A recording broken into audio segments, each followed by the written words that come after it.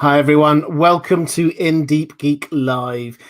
This is the latest in a series of videos. We're looking at all our way across Essos, really. We've reached pretty far east. We're now at Slavers Bay, and we're going to be focusing in today on Meereen and the whole world around that. But before we start getting into all of that, what I just wanted to do, as I always try to do, is give you a little update on what is going on. And I am sure you have heard the news that filming is now underway for House of the Dragon. The cast has assembled, they had their read-through, and we've had the first shots of some characters in costume, including Matt Smith as Daemon Targaryen. I think this is probably as good an opportunity as any just to sort of reiterate my position on spoilers and things like that, as we're finally back into this world of filming and looking forward to the next season of TV shows. This channel will not be doing any TV show spoilers, by which I mean any leaks of scripts, any kind of long lens, sneaky looks in at production and all the rest of it. I'm not against it. If you are interested in that, if you want that, there are plenty of excellent channels to go and get that. But I want to create a safe space here for people who do not want that. That said, of course, we're in a completely different situation here with House of the Dragon than we were with the last couple of seasons of Game of Thrones, say, in that we have the book. So there will be book spoilers. Fire and Blood, part 1, does cover the Dance of the Dragons, so what we see on screen will almost certainly be reflecting what we've seen on the page. It won't be exact. So there's a huge amount of scope there for the showrunners to be exploring angles that we didn't get from Fire and Blood, but the basic structure of what happened in the story is already there, and so we will definitely be covering that. So that's where we're at with all of that. It's very exciting. What does this mean in terms of timing? Well, I think it's what we thought before, which was we were told 2022, so next year. Certainly, even if everything goes perfectly, I don't think we're going to get it within the year. So my best guess is the second half of 2022. That is where we are at. Okay, so let's have a look at Meereen. So we've worked our way across all of Essos, and there is a lot. The first thing to say, I should probably clarify, is that there is a lot of Essos we do not know about. Essos is a huge continent, but the maps that we have, the things that George R. R. Martin has talked about, we have beyond a shy, it's all very, very vague. Even beyond Karth, it gets quite mysterious. We don't have huge amounts of information. So whereas we might think of Meereen and Slavers Bay as being quite far east, it may still be in the western half of Essos as a whole. But what we have is this natural bay, which became known as Slavers Bay. And this was part of the old empire of Geese. Now, that wasn't the base of it. That was a place called Geese, G-H-I-S, but the cities that we have here, the 3 cities, the slaver cities, Meereen, Astapor, Yunkai, they were a central part of this. And so when the old empire was finally destroyed by Valyria, these cities, although a lot of the old empire of Geese was destroyed and a lot of what we have there was just burned down to dust, these cities survived, and the culture that they have got was sort of merged between the Valyrian culture and the old culture of Geese. Now, the feel that we have from this ancient empire is very much the kind of Egyptian feel. You get the pyramids and things like that, and it's very much a slaver culture, and it is from here that the Valyrians got slavery. And once the Valyrian Empire was gone, once we had the doom of Valyria, then these cities kind of tried to reclaim their ancient heritage. They didn't do it fully, and indeed there is a new empire of geese, which is nowhere near as big and powerful. But these cities each retained their independence. The language they speak is this kind of bastardized version of partly old Valyrian and partly based on old geese. So that's why people like Dany can understand them and they can understand her, is that there is a certain cultural linkage that they have going across there. However, these cities very, very quickly fell into the ways back of slavery, because this is what pretty much their entire existence, they'd been based on slavery. And the way that the slave trade seemed to work was that the new slaves into the system seemed to come from the Dothraki Sea. The Dothraki would be ravaging their way across. Dozens of cities were destroyed by the Dothraki after the end of the Valyrian freehold. Slaves were captured. They were brought down to a gap in the mountain range, which is where Meereen is, and that's where they got added into the ecosystem of slavery, so to speak. So that was how it works. And so the slaving cities here, the cities of Slavers Bay, are where the slaves start off before moving their way across to places like Volantis. So all of the other cities across the south who have slaves, the starting point for them is here in these three slaving cities. And that makes incredibly divided cities. We have got probably greater than anywhere except perhaps somewhere like Volantis, this huge discrepancy between the rich and the poor, visibly there in these pyramids. The pyramids are where the rich live. In between the pyramids, it's hovels and all the rest of it, and that's the poor and the slaves and all and everyone. So that's the kind of system that was there, that they had re-established themselves over 400 years until Daenerys comes in and sweeps it all away. And so she is coming into a culture which had reasserted itself in ways that we may not particularly want or like, but it was a distinct culture that she has come in. And so the story that we have of Daenerys in Meereen is one of her battling, not literally, but battling between two parts of her personality, her desires. The first is to rule, to be at peace, to acquiesce to the needs of her people, and to accommodate them. And the other is the Targaryen fire and blood. She will rule them with her dragons, and they will do exactly what she wants. So this is a tussle. The chapters we have in Meereen are a tussle within Daenerys, within Daenerys, about who she is. And you get chapter after chapter of people pushing her, trying to get her to adapt herself to the local culture, until finally she is taken out of it on Drogon, and that's the point at which we start seeing her re-embracing her Targaryen heritage. Ellen Corby, thank you so much for the super chat, saying, "Hey Robert, first time I'm catching you live. Thrilled I can show some appreciation. Thank you for all your content. You've made lockdown in Ireland far easier." Well, I hope you're soon out of lockdown. I think you're doing slowly moving in the right direction at least. So thank you very much for that. It's very kind. And also Poison Biscuits or Biscuits. Saying, "Hi there, I don't know if this is something you want to touch on later, but how do you think the Bay of Dragons, Slavers Bay, will react to Dany's death?" Oh, right at the very, very end, I assume you mean, of the story.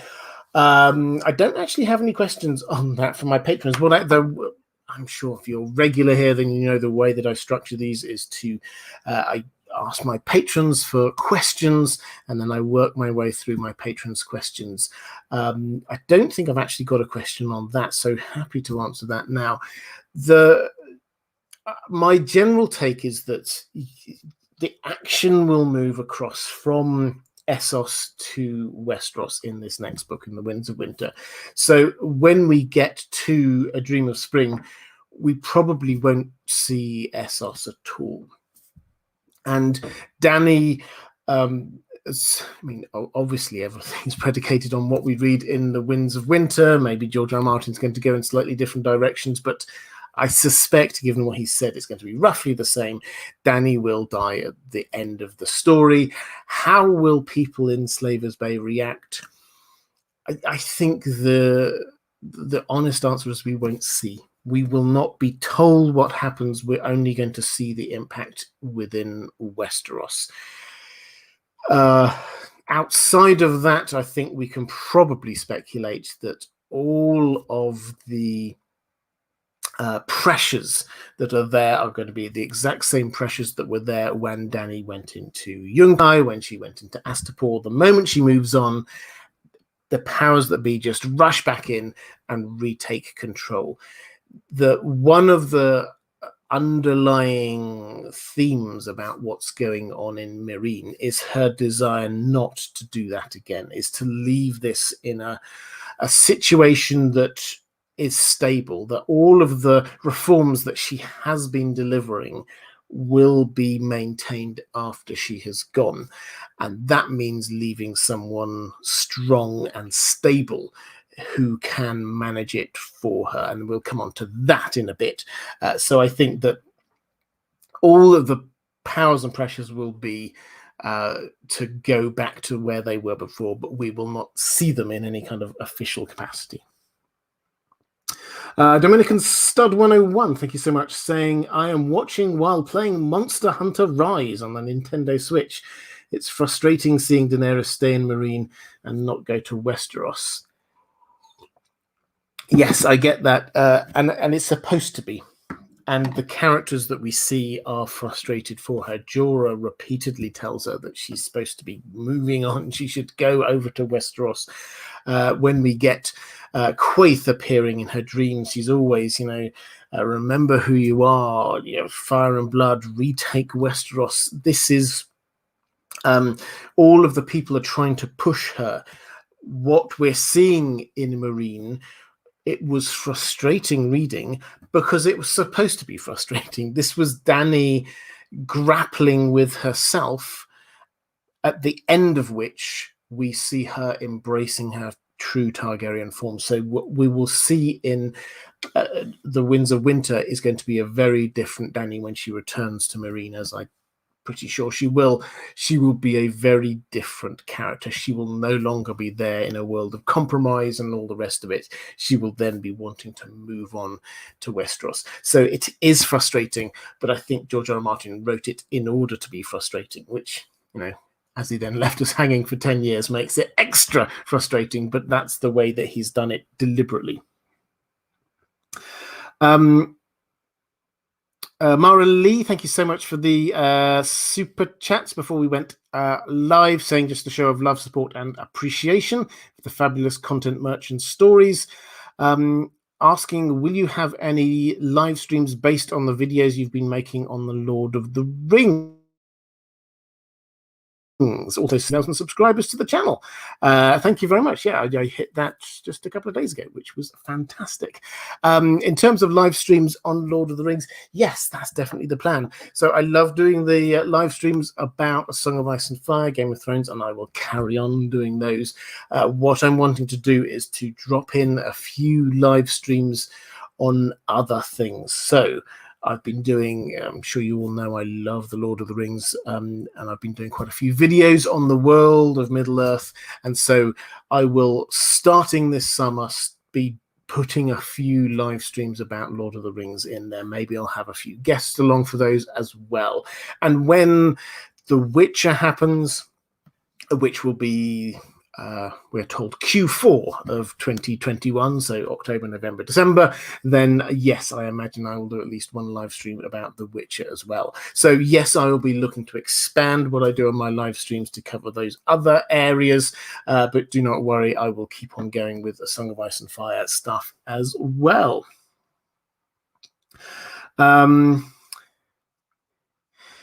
So let's look a little bit about the history of Meereen. Question from James Sledge saying, "Hello, Robert. Thank you, as always, for all that you do. You and your approach to discussions about Song of Ice and Fire have helped me open up my understanding of the layers of the text. My question isn't super specific." Well, thank you very much for saying that. That's very kind. My question isn't super specific. I'm interested in hearing what you know and what you think about the ancient history of Meereen and its origins as part of Old Geese. I'm a history nerd, among other things, and any pontificating and explicating you'd like to do about ancient Meereen and Old Geese would be terrific. Much appreciated. So I started doing that. Thank you, James. I started doing that just in my introduction. So I'll just add on a few little extra twists here. I think what you should think about with Meereen. So Meereen is the biggest of the three slaver cities, and it's bigger than the other two combined. This is the if you think of this as being like the Volantis of this part of the world, Volantis saw itself as the first daughter of Valyria. It was the heir of the old culture of Valyria and the Valyrian freehold. Then you get Meereen is pretty much that, not just about Old Geese, the sort of the Egyptianish kind of culture, although it definitely does think that. There is New Geese who would probably also challenge for that. But in terms of the heirs of the wider culture of that whole area, that is what they have taken on. They think they are the inheritors there. They have got a trading relationship with places like Karth and Volantis. They do not think of themselves as being in any way subservient to either of those two cities, both of which would consider themselves the greatest in Essos, I'm sure. So what we have with Meereen is the biggest and most powerful hub of the culture of slavery in Essos. And this is why this is so important, or partly why this is so important to Daenerys, because she is avidly anti-slavery, and we cheer her on for this. And this is the heart of it, as I explained how the slavery ecosystem works. If you take Meereen out of all of this, that's where the new slaves come into all of this. If you take Meereen out of this, then the whole system will start to collapse. And that is why you'll find that it's not just the local cities, Yunkai, Astapor, who are up in arms about Daenerys. This is Karth and Volantis. These two massive cities are sending fleets to come and attack her because of the centrality of Meereen. Meereen is big and it's impressive, but it's not as big or impressive as either of those two cities, but they recognize the importance of it. So it is the epicenter of slavery within Essos. So that is the reason why it has such an important role to play for Daenerys in her own personal struggles, because she sees how important this is. Connected into this, just as a slight aside, the other half of the equation is the Dothraki. And the Dothraki, as I've said, their role in all of this is that they conquer places and they capture slaves, and then they take them down to Meereen to sell them. So that is where they fit into it. And if Daenerys, as I suspect she definitely did on the show, I'm almost certain she will do something very similar in the books, gets the Dothraki on her side and takes them out of the ecosystem as well, actually, she is crumbling the infrastructure of slavery in Essos. That is what she is about. So even if she doesn't conform to the ways of Meereen, as she seemed to think was the way forward, she will probably have a longer term impact than she was expecting. So that is how I think that fits into the story and how culturally over time it has managed to place itself as the most important place within the biggest industry, really, that Essos has got. Mara Lee saying, I'd like to know more about the Giscari Empire, the importance of the symbol of the Harpy. Why does this symbol still hold meaning for Meereen and the Sons of the Harpy? What the Harpy is holding is different for each of the 3 cities that use the Harpy as its main symbol. Yes, so the Harpy is the symbol of Old Geese, the Empire. Now, we talked about this.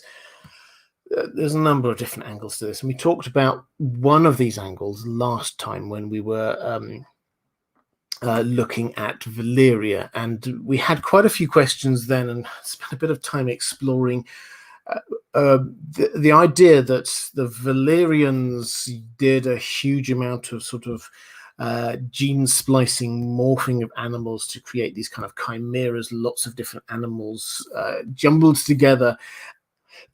And that seems to be the science, as it were, that they perfected, but they didn't originate it. This seems to have come from earlier. And we talked a little bit about the, and we'll probably do this next time when you think about the Great Empire of the Dawn. When you go back into the legends there are lots of, people with monkeys' tails and all the rest of it, that, again, the feeling of sort of mixing 2 different animals together.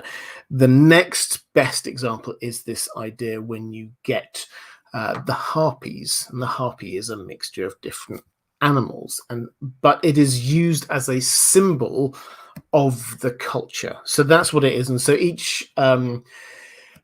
each harpy is slightly different in the different cities because they have their own culture, but they are unified, and that is the symbol of who they are. And in a way, it's if you think in Westeros, the way that you have the direwolves, which are symbols there of House Stark, obviously, and then you have all the other symbols. You have the lion for the Lannisters and all the rest of it. This is the same kind of thing, is that they feel that this sort of embodies their spirit and is the symbol of their culture. So that's what we've got going on there. And when we get to the harpy, the great golden harpy on the top of the Great Pyramid, which is huge, by the way, I can't remember the exact thing, but I think it's about as tall as the wall. This is a massive structure, the Great Pyramid, and on the top of it is this golden harpy, and that is the symbol. So that being pulled down is the symbol of the old ways going. And this is one of the things that Dany did, was trying. First of all, she came in, going down a little bit of the, sort of the path of what Dany was doing here. But what she did, first of all, she did not start off by compromising. She started off by effectively crucifying a whole load of the old masters that were there. She started off by shutting down all of the fighting pits. She started off by having her dragons there. She started off by getting rid of symbols of the previous way of life. And it's over the course of the book of A Dance with Dragons that one by one she kind of compromises and allows these things to come back, the fighting pits, putting the dragons into the basement of the Great Pyramid, that kind of thing. So that is what we see, until suddenly she snaps at the end and Drogon takes her away. So that is the trajectory that we've got going on there.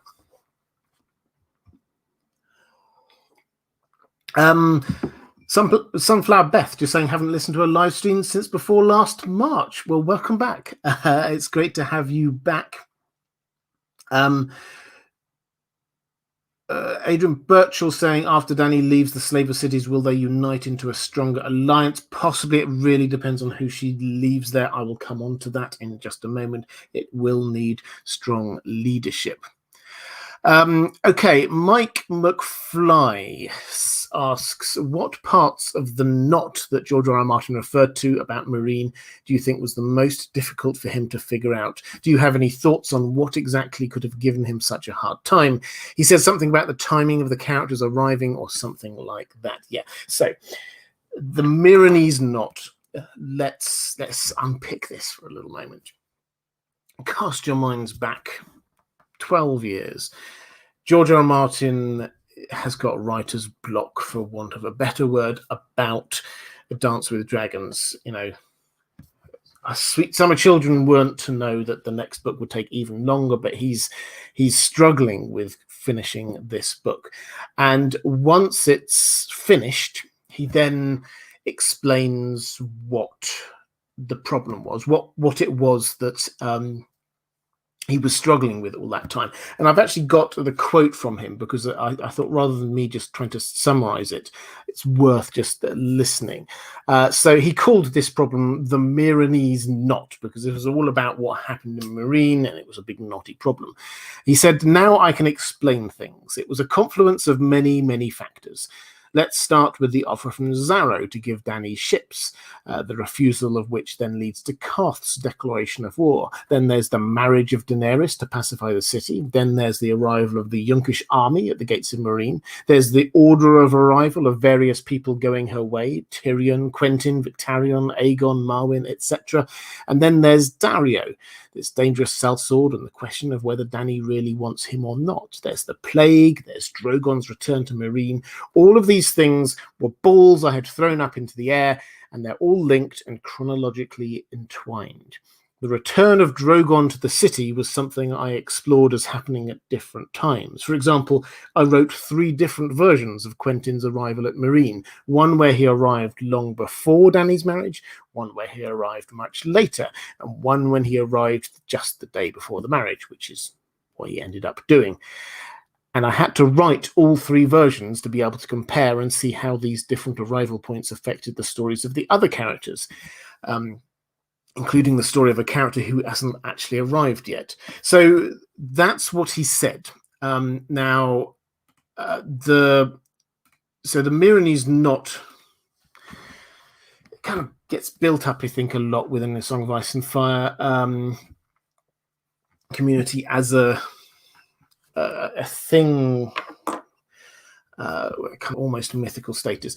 Basically, what he's saying is there are lots of things that had to happen, and the order in which these different things happened affected everything, because he's a gardening writer, in his own words, rather than an architect. So he hasn't sat down and worked out exactly what's going to happen and then is going through and sort of just filling in the dots with nice prose. He is discovering what happens as he's going. So when a character arrives, he then discovers through their point of view how they're going to react with other characters. The example he uses is the arrival of Quentyn Martell. When he arrived, it's going to make a huge difference, because basically he's going to be, as he did, proposing marriage to Dany. Does he arrive very early on, in which case he's a realistic option for Daenerys? Does he arrive much later when she's gone? Does he arrive just as she's getting married? All of these things will create completely different dynamics and what Quentyn himself will do. So the way he did it was just literally to write different chapters, what happened in different ways. So he wrote that section, the Meereen section of A Dance with Dragons, several times over, in effect, working through different timelines. And then the knot bit comes that you go, okay, so there's them, but then there's also all these other characters who have to arrive at various different points. What about Sir Barristan? When's he going to start appearing in this? What about Tyrion? When's he going to show up?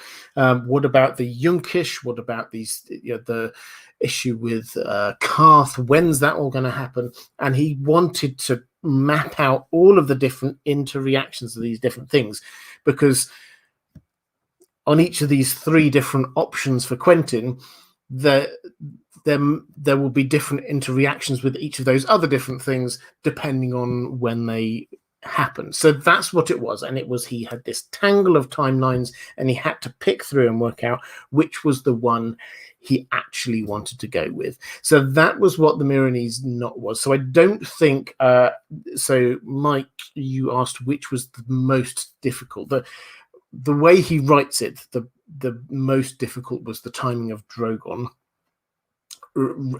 arriving again, because that signaled the end of it. That was the point at which she was gone, and then the dynamic changed. Then it was Barristan who was the main, he was the POV character there. He was the main go-to person, the main protagonist that we have going on in Meereen. So that was probably the biggest. But the whole point about the Meereenese it's just one thing. It was the interrelation of every storyline. And I think, I hope that he worked this through into what might happen in the Winds of Winter. I don't know whether he will have, but there are still a lot of other people who have to arrive, and we've got Victarion arriving. We know we've got Tyrion and Jorah coming back. We see them in the pre-release chapters of the Winds of Winter. What about Marwyn? When does Marwyn come back? When does Daenerys herself come back in relation to all of this? So he's still got a little bit of more of the knot that he has to work through. Hopefully he will have managed to do that. It's noticeable, I think, that when he's done updates on his writing, one of the more recent things that he said, and this was a few months ago, one of the more recent things he said was that he has now started going back and rewriting some things that he had previously done, including at least one of the chapters that we know as the pre-release chapters from the Winds of Winter. So at least one of them has been rewritten. My best guess, I don't think that's the Theon one. I don't think that's the Arya one. I don't think it's the Arianne ones. I don't think it's Sansa. I think this is one of the ones that we've got going on in Meereen, probably either a Barristan or a Tyrion one. I think that's what we're going to see recrafted, because he has to work out what's the iteration of events still.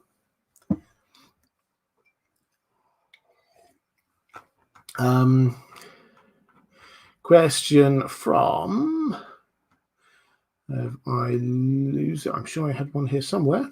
Jibadol, thank you so much, saying, come on, new stream baby. 2 questions. What will happen with Victarion and his fleet? What do you think about Missandei is a faceless man theory? Greetings from the Netherlands. Well, greetings back to the Netherlands. I can cover both of those quickly. What will happen with Victarion and his fleet? Victarion and his fleet will come in. They will help win the Battle of Fire, if that's what we're going to call it, over in Meereen. Their arrival helps turn the tide of what's going on and persuades people like the Second Sons with Tyrion that they ought to join that side. There are lots of people deciding which side to join. They should join that side rather than the Youngish. Although, when I say which side to join, whether to change sides is probably slightly more accurate. So he is going to come in, but then he is going to try and capture a dragon. And this isn't going to work. It's, or at least it's not going to work in the way he was anticipating. You have to remember that Mokoro is with him. And Mokoro is a red priest who has been sent specifically to help Daenerys, and he is the one person who knows what Victarion is going to do. He is going to, or not going to, allow him to get away with stealing one of Dany's dragons. So that is where it is. The end result of all of this is that the fleet will be there, and the fleet will almost certainly, I suspect, be what is used to transport the infantry that Dany has got as an army across to Westeros. So in the same on the show, they had Yara, Asher, and Theon who came over, and they said, "Hey, here's a fleet. You can use this." I think that's because they didn't have Victarion. Victarion has brought the Iron Fleet over, and it will be captured and it will be used. So, and don't forget that the Ironborn, they don't call them slaves, but they effectively do have slaves, and Dany is not going to take easily to that either. So when they come in to Meereen, it's not going to be an easy place for them at all. So that's what's going to be happening with Victarion. Victarion is not going to be long for this world. He will, the moment that he decides that he is taking Dany's dragons, which he will fail at getting a dragon for himself, may succeed in getting one for Euron, but that's completely different sort of train of logic. But the moment he does that, he will die. Whether he's killed on the spot by people like Sir Barristan, or whether he's held, probably more likely, whether he's held until Dany returns, he is not long for this world. And the second question was, do you think Missandei is a faceless man?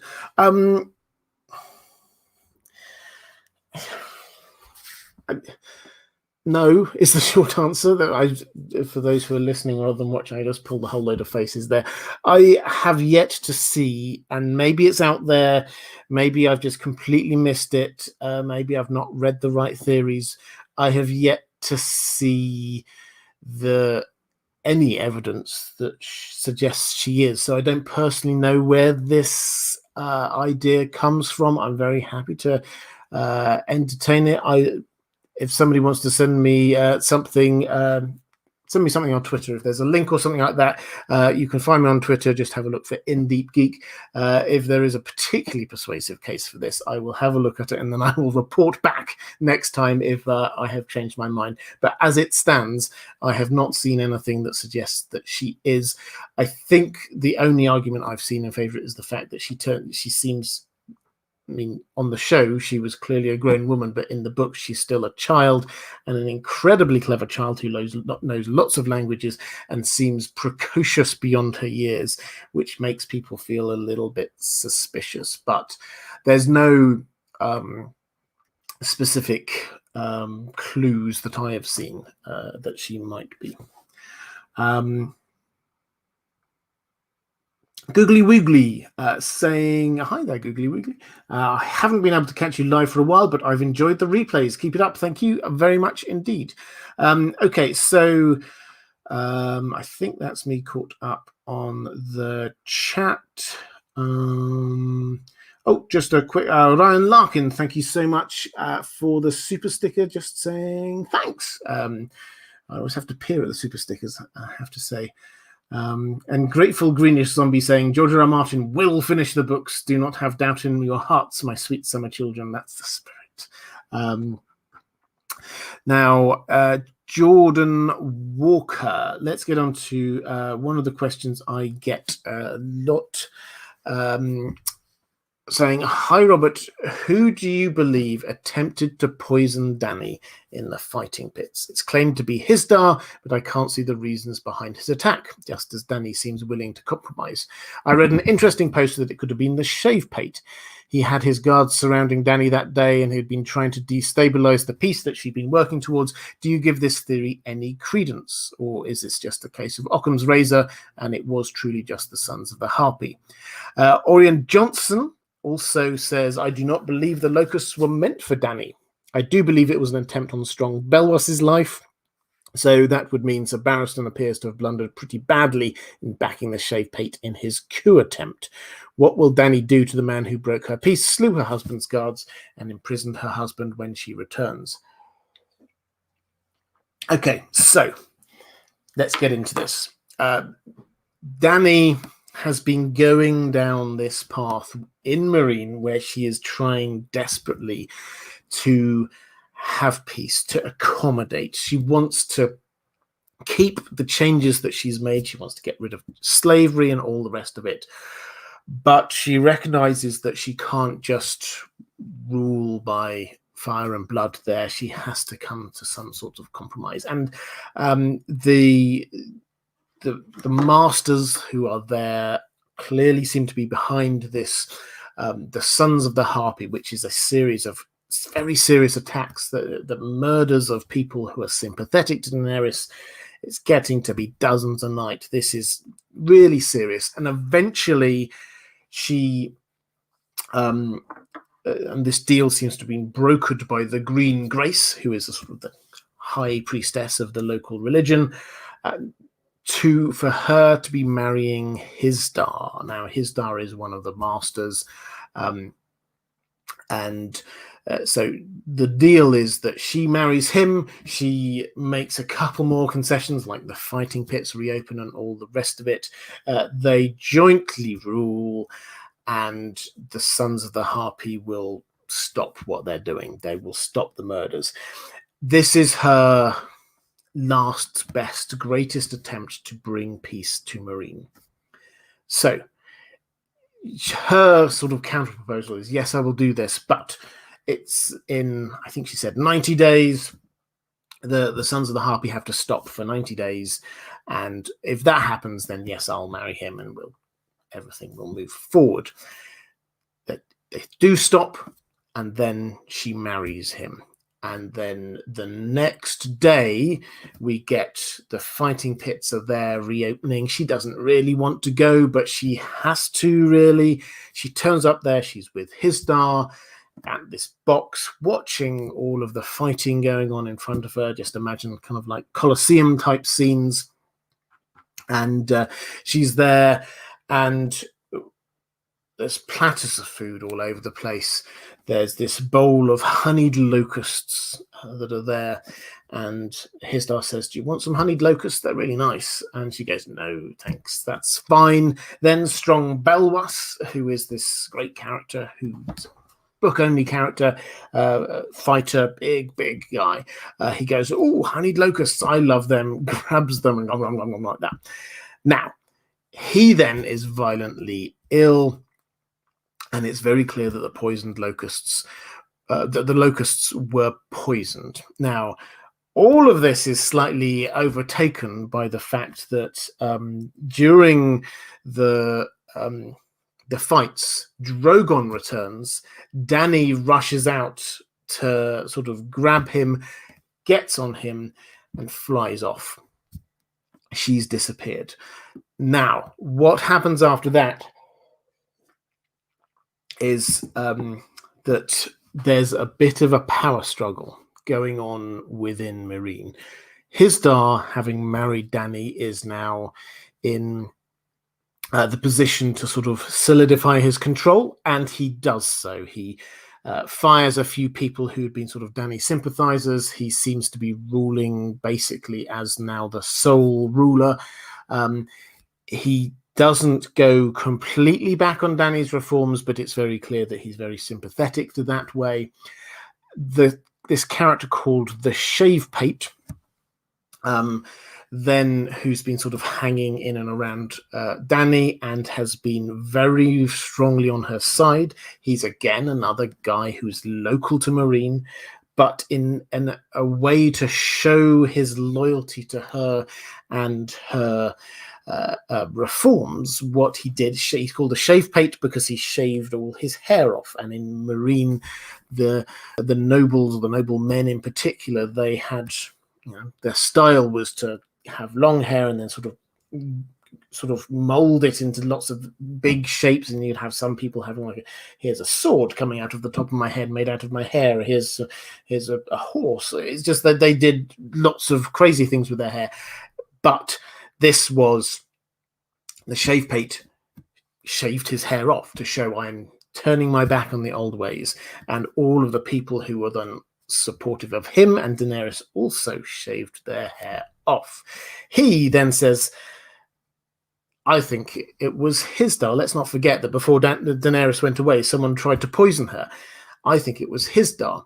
He persuades Sir Barristan, and they launch a coup. and they capture Hisdar and they imprison him basically under house arrest. And then Barristan is effectively ruling the city as Hand of the Queen in Daenerys, effectively Queen Regent, in her stead while she isn't there. So that's the long story of it. And the question which people keep on coming back to is, well, who did try and poison Dany? And I think the more you look into it, the more you have to say it's not 100% clear that this was a serious attempt to kill her. Now, where do we get this from? And there's a fantastic article. I wish I could remember it. If I remember, I'll put a link in the description. But hat tip here to an article on Reddit where somebody's gone through saying, it might have been Westeros.org, I can't remember, to be honest, but gone through what Dany eats, which seems like quite a niche sort of subject for you to be looking into. But George R. R. Martin, if you've read the books, you'll be very aware, George R. R. Martin does linger over his descriptions of food. He does enjoy describing what people eat. When you have feasts, he goes into great detail about all of the different courses that they had and what they smell like and all the rest of it and what everybody eats. And this does actually allow us to be able to see what people's appetites are like. And the noticeable thing about Dany is that she tends to only like quite plain food. That seems to be all she really has. She has flatbreads and olives, maybe a small glass of wine. She doesn't eat a lot. She definitely doesn't seem to eat many big, bold flavors, spices, anything like that. So if you were going to poison her, probably the last thing you would do is poison something she's never tried before, which everybody knows is a very big and bold and strong taste. And hey, honeyed locusts is, just thinking about it, maybe they're tasty, but no, do I want to eat a locust? So that seems like a very odd thing to be trying to poison her with. So that leaves us with, I think, a couple of options. Option number one is this actually was not an attempt to assassinate her. This was an attempt to do what actually happened. Strong Belwas was known to like honeyed locusts. He was there in that group, and he could be expected to gobble up an entire bowl full of these honeyed locusts. So one option is that perhaps this actually was not an attempt on Daenerys' life. This was an attempt on his life, and it just didn't quite work because he was just too large a man. His constitution was too great. It did not actually kill him. So that's option number one. There are, if you start reading between the lines, there are possibilities that there are people who might want to have him murdered for, he was a fighter in the fighting pits. So there are people who will have grudges against him. And George R. R. Martin does have a large world, and we shouldn't always assume that everything going on is just about the POV character at the time.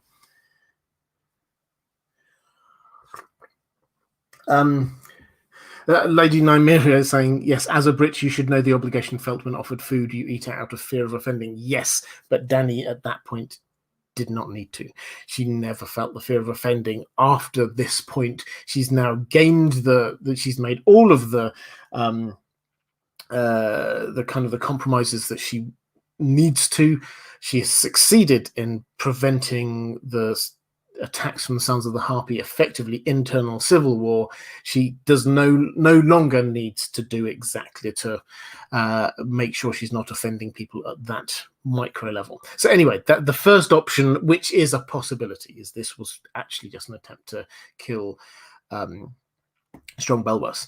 I think I may have suggested that in a video I did a long time ago.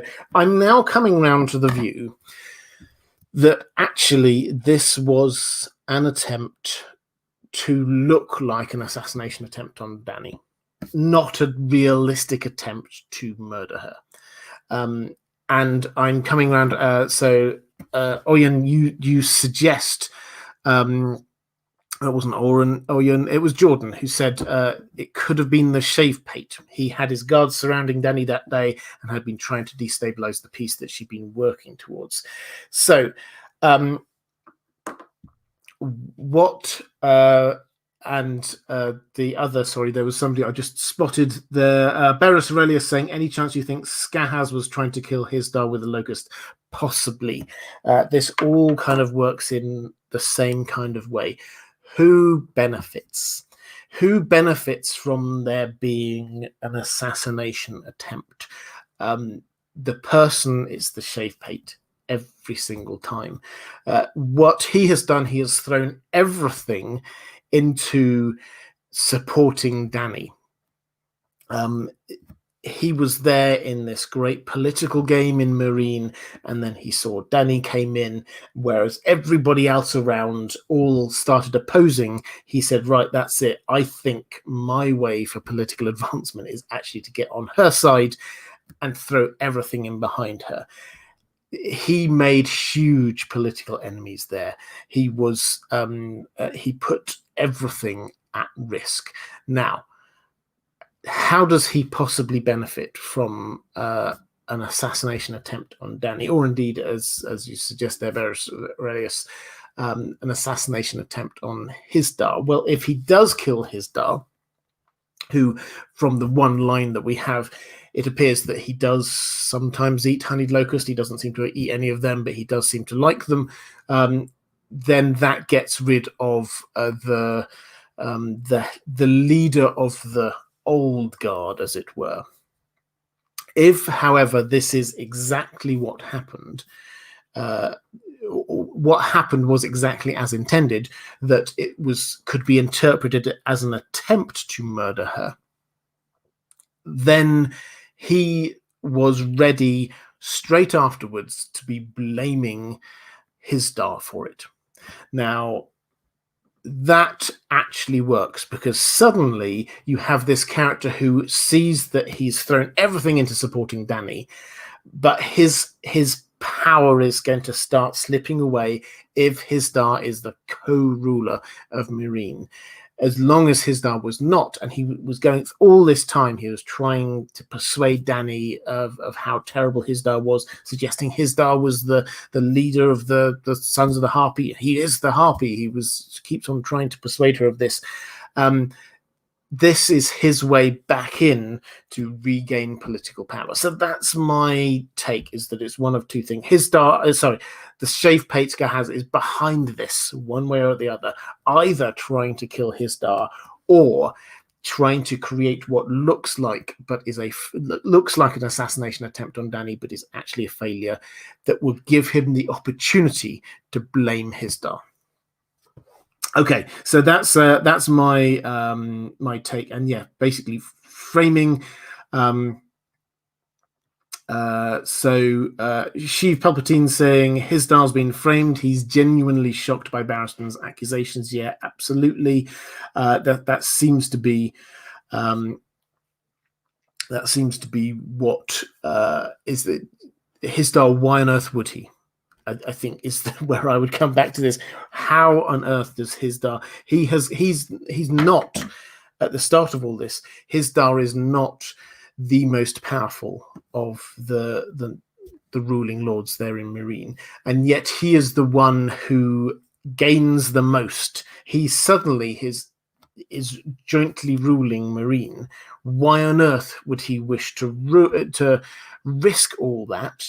The very day of his great victory, when you get the fighting pits reopened, everybody's chanting the names of of Daenerys. Why on earth would he wish to risk all that by trying to murder her in an incredibly vague way that he will surely know is entirely not likely to succeed. Is she even going to eat them? Probably not.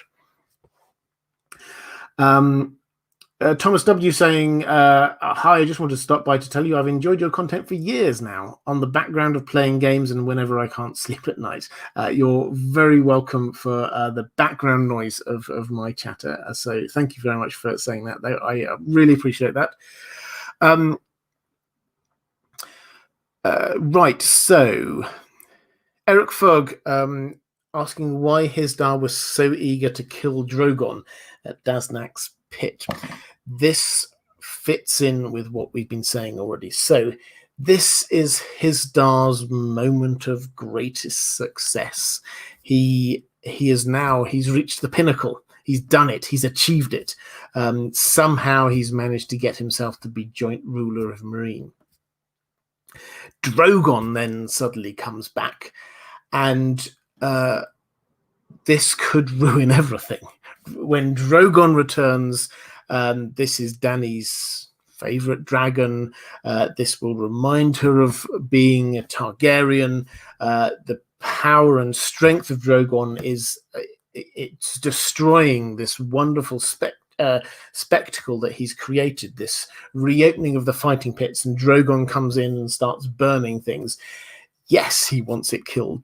He has got it right. He doesn't want anything to destroy that. He has reached the point where he was hoping to reach. He does not need anything getting in the way. So that is why Hizdar was shouting, and we get this sort of it's just throwaway line almost, but he screams out, kill it, because he's desperate for that just to be got out of the equation. Then we get Sasak saying Eric always has great questions for lots of the Song of Ice and Fire content creators. Well, he always has great questions for me, definitely. A couple of questions here also from Eric Berg saying, what do you think happens with the hostages of the Youngish? And while Barristan is outside the gates, will Skahaz kill Hizdar and the child cupbearers and hostages? So this is moving the story forward just a little bit. So Dany has gone. And although we sit here, we've seen the TV show, we think, oh, she's coming back, that's all right. They don't know that. Nobody knows where she's gone. They don't know how long she's going to be gone for. They think she may well even be dead. Who knows what's going on? So that's the kind of the background. Then you get this coup attempt. You get Hizdar. Let's be honest. He is, by the laws of that land, rightfully now the ruler of Meereen. Daenerys is gone. While she's gone, he is the sole rightful ruler of Meereen. There is this coup attempt from the Shave Pate Skahaz and Sir Barristan, who he manages to persuade that Hizdar is to blame. So they capture Hizdar. While all this is going on, the Youngish have arrived. There are some people who've come from Astapor, some immigrants who've there with this great disease, the grey mare.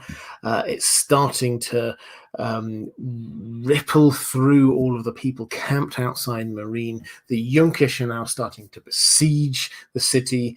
They'd come to some sort of agreement with Dany beforehand. Again, the Green Grace seems to have been the person who brokered all of this, and that peace had been achieved by I think it's 6 of people, prisoners, being taken over to the Youngish and being held there.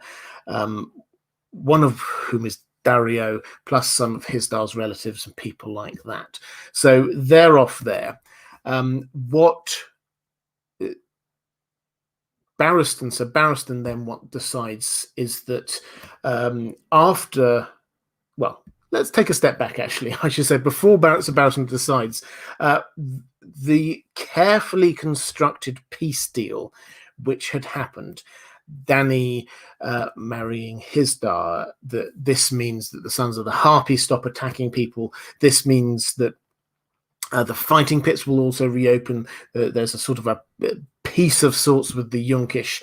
All of this carefully constructed peace has broken down because of Daenerys heading off. What's going on now? Hisdar launches his own attempt to sort of solidify his power. The Shave Pate then launches his coup, taking power away from him. This then breaks all of these agreements we had, and the Sons of the Harpy come back. The Youngish then start, they say, okay, well, this has clearly broken the agreement we have. They're starting to be hurling rocks and indeed dead plague bodies into the city of Meereen. The whole thing is just going horrendously badly now. What Sir Barristan does is he decides the way to deal with this has to be to attack. And he gathers, and we get this in the pre-release chapters from the Winds of Winter. He gathers together force and says, okay, they've got these 6 big catapults, trebuchet, that are throwing these things into the city. We need to stop them. And so he's launching this attack, this charge out from the city gates, trying to catch everybody by surprise, and then goes in to try and take these catapults. So the question is, what happens to the Youngish prisoners? Well, some of them have been returned. A couple of them were returned already as part of sort of the wedding ceremonies. So they're there. What happens with the rest of them? Well, I suspect that we're going to get the people who are wishing to show their loyalty to the new to Meereen, like the Second Sons of changing sides. They will probably seek to capture those prisoners and return them safely to Meereen. So I think that is probably one of the sellsword companies. Sir Barristan has been dealing with the Windblown as well. One of them will almost certainly, I suspect, charge in to get the prisoners and make sure that they escape properly before the Youngish can do anything. The Youngish, it has to be said, there are plenty of enemies that are harder than the Youngish. That they are not that impressive. It has to be said. They're losing their sellsword companies. They're camped out in the middle of plague. It's just nothing's going right for them. So this is not the biggest problem or the biggest fight that Meereen's going to have. That's going to come with Karth and Volantis attacking later on. But so I think that's what's going to happen with those. The other bit of this equation, which Eric was asking about, is what happens to the other set of prisoners. Dany herself took prisoners within Meereen. One of her attempts to stop the Sons of the Harpy was to demand that each of the main powerful families within Meereen give her a child from their family as a sort of a prisoner, effectively, and they become cupbearers to the Queen, and they're based in the Great Pyramid. Now, the idea here was that this was then a threat, that if the Sons of the Harpy carry on doing what they're doing, then Dany would just kill them. But that's not what she's about. She actually grows to quite like them.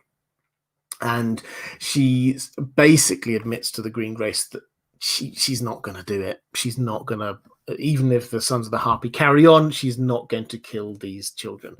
Or due credit to Dany. But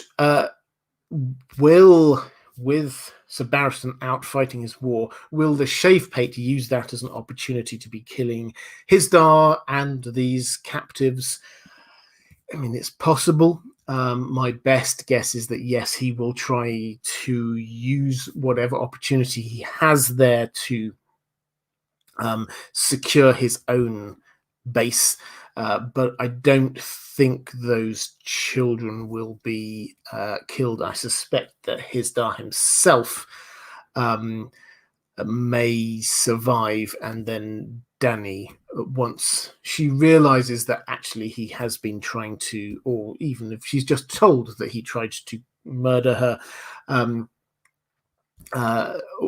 but I think that he's also not long for this world, Hizdar. So these people, these captives that are there, I think their role is not their role within the story is not to be showing us what the Shave Pate might do while Barristan's gone, but it's going to be one of the first decisions that Dany will have to make when she returns.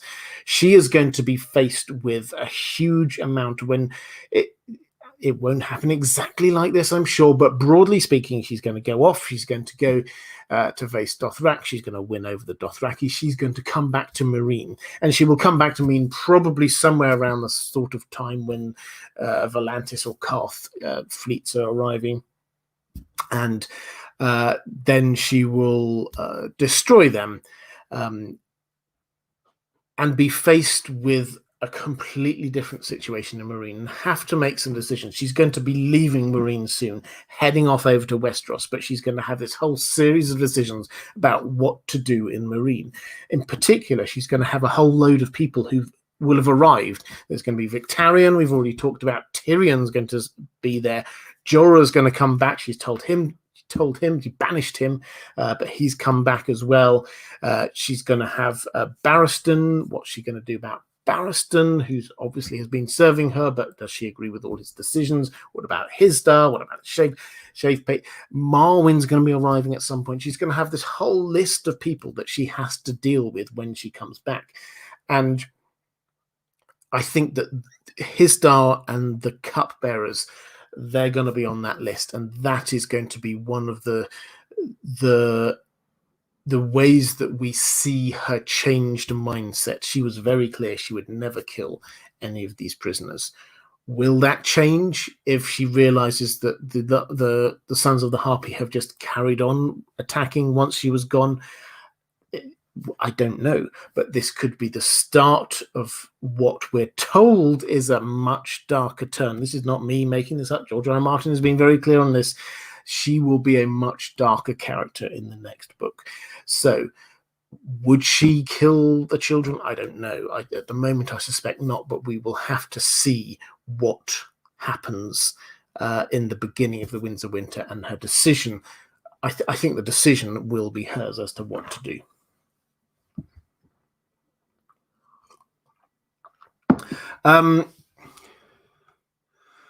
Okay, so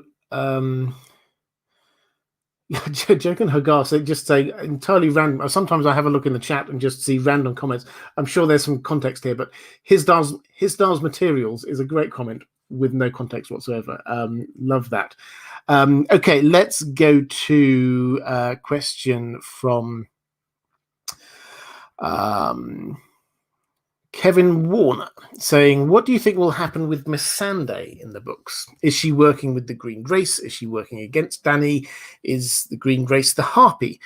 First question as a patron. Always appreciate your wealth of knowledge and the work you put in answering questions. Well, first of all, welcome to my Patreon community. I do every time say this, every time I mean it. Patrons, thank you. I cannot dedicate the time that I spend to this without your support. So thank you so much. If you wish to support this channel, support the creation of the content that I do, if you want to get access to a few extra bonus things for patrons as well, the best way to do that is there's a link down in the description to my Patreon page. So if you'd like to check that out, I would very much appreciate it. But Kevin, you are asking about Missandei. Now, Missandei is, as I've said, I don't think that she's a faceless man, which was the sort of suggestion from a question earlier, but very happy to get any well-argued points on that. In terms of what will happen with her, I think that she is going to stick with Dany. I think she's going to be one of the people who is kept in Dany's inner circle. She will have to work out who she trusts. When she returns, she will look around and go, well, actually, who can I trust out of all of these people? She'll have half a dozen new significant characters all crowding around her, seeking her attention, her blessing, and all the rest of it. Who can she actually trust out of all of this? I think we have to say the person she will be able to trust the most will be Missandei. That is the most logical person for her to build that strong relationship with going on through the Winds of Winter, because you've got Tyrion she'd never met before, and it's the brother of what will turn out to be one of her greatest enemies over in Westeros. So Jorah, yes, she knows that he loves her, but she had banished him and he'd ignored what she'd said. What about people like Marwyn coming in? She doesn't know him at all. Victarion was trying to steal one of her dragons. Makoro, yes, he may well be on her side, but really he's a priest, and his higher calling is to his faith, not to her personally. So you go down through this list, and actually all of the people who are surrounding her, she may have some doubts about one way or the other. Similarly, even Sir Barristan, yes, she is getting lots of good information from him. He seems to be loyal, but at the back of her mind, she will be thinking, I mean, this guy happily served and fought for the person who killed or got rid of the Targaryens last time around. He served Robert Baratheon. So, like, who does she trust out of all of this? The person she has most trust, I suspect, will be Missandei. Is she working with the Green Grace? No, I don't think so. Is the Green Grace the Harpy? I don't. So again, this is another one of these questions about who is the Harpy that I get quite a few times. I don't think so. I genuinely think the Green Grace is the character that we see there. She appears to be this broker of peace. She seems not to be the person who can tell the Sons of the Harpy to stop, but she certainly does seem to be able to know how that might happen. She seems to be, as she's a member of the 1% in Meereen, she almost certainly does know who the Harpy is. Now, is she the Harpy? No, I don't think so. I base this on a few different things, but I think the thing at a very human level is that when we get Sir Barristan talking to her, you can see her, and also when Daenerys talks to her, you can see the passion in her desire for peace. She cries when all of this peace that she's been working towards all this time is shattered. She's visibly distraught by it. Now, that means that either she isn't the Harpy or she's an amazing actress. Now, one of the two, and I think the most likely, we were talking about Occam's razor earlier, the most likely is that she isn't the Harpy. As for who is, I don't know. There's a lot of possible characters. My best guess is actually not somebody that's particularly big. I don't think it's Hisdar. He doesn't seem quite clever enough himself to be doing this. Don't think it's the Shave Pate. That seems to be going against what he's trying to achieve. So I don't think it's the Green Grace. There's a character whose name I've forgotten, as I always do with these things, who appears very briefly early on as one of Grazdan, who he complains. This is the only real hint we have, is he complains about the fact that he's lost his slaves who used to be working, they were weavers, and he says they've been trained up by me as slaves, and now they set up their own business, and I'm not getting any compensation for this in any way. And Dany basically just dismisses him. And then later on, and she gets, it would appear, a tapestry made by them. She buys it, but then we hear that some weavers, this is among the first attacks, some weavers were attacked by the Sons of the Harpy, which implies a link across to that. So I think that is what we're probably looking at. Not a hugely major character that we've seen a lot of, but somebody who's there in the background with a specific grievance. Cameron J. Wallace, hi there, saying, hey, Robert and Dan, my dog, if you do not know, long-time listener, part-time Patreon, just got home from work and have been thinking about this for a while. What lesson do you hope Dany will learn from her time ruling in Meereen? That's an interesting question, because I think that the lesson that she will learn, or the takeaway point that she will have, is that all of that compromise, all of that trying to meet the needs of another culture, all of that putting aside of her Targaryenness, fire and bloodness, doesn't work. That's the takeaway I think that she will take from it. What do I hope that she will learn? I would hope that she sees what happened building up to that piece, and this is and see that it did work.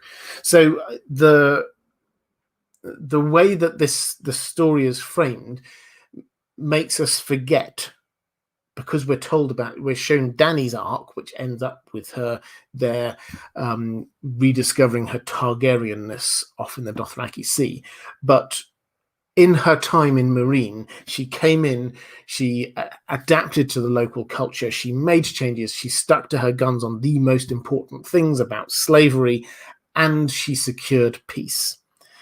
And the peace could have held, but for the fact that Drogon came and she went away. So that I would hope that would be the thing that she would learn, is actually she succeeded. She did what she intended to do. She did achieve this piece, which could have lasted. It's just that events took it away from her. So I think she'll take away a very different lesson, though. Andrew Kay saying the killing of the weavers and breaking the loom after he complained about it to Dany definitely points to Grazdan as a candidate. Yeah, so that was another detail we hear about, was it's not just that these weavers randomly were killed by the Sons of the Harpy, but their loom was broken, and that was a specific complaint that Grazdan had. Cameron J. Wallace said, Robert said my question was interesting and answered it beyond my expectations. Well, I'm glad I gave you a good answer to that one. Anyway, thank you. Johnny Giant's Bane. Greetings from the land of always winter. Barristan Selmy is one of my favorite characters, and disagreed with how his character ended in the show. Yes, the actor didn't like it. How far back to Westeros do you think he will get? If he does die, I would like for him to do so, saving Daenerys and redeem himself for not having saved his past kings. Jonesy Sixskins would like to know if you are the Harpy. Sorry for the accusation, but he has been spending too much time in his Shadowcat this week, so his brain may be a little befuddled. No, I am not the Harpy. I can confirm that right now.